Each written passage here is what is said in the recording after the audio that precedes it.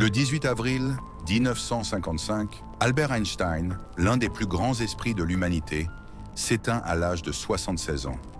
Mais ce que vous ne savez peut-être pas, c'est que son cerveau a été volé. Voici l'histoire incroyable et controversée du cerveau d'Einstein. Après la mort d'Einstein à Princeton, son autopsie est réalisée par un pathologiste du nom de Thomas Harvey. Mais Harvey prend une décision choquante. Il prélève illégalement le cerveau d'Einstein, espérant percer les secrets de son génie. Harvey découpe le cerveau en plusieurs morceaux et les conserve dans du formol. Pendant des décennies, il transporte ces échantillons de laboratoire en laboratoire, les prêtant parfois à des chercheurs, mais souvent sans autorisation des proches d'Einstein.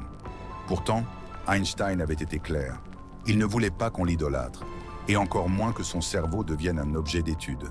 Sa famille est scandalisée par l'acte de Harvey, mais les recherches commencent malgré tout. En 1985, une étude révèle des caractéristiques inhabituelles dans le cortex cérébral d'Einstein, notamment une densité de neurones supérieure à la normale. Cependant, ces résultats restent controversés. Quant à Harvey, sa vie bascule. Il perd sa licence médicale et passe des années à errer avec ses précieux bocaux, les gardant dans des conditions parfois douteuses. Il finit par rendre les échantillons restants au Princeton Hospital.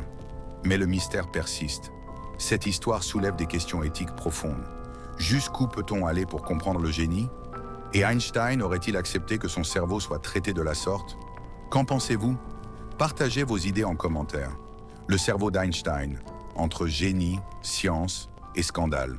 Une histoire fascinante et troublante.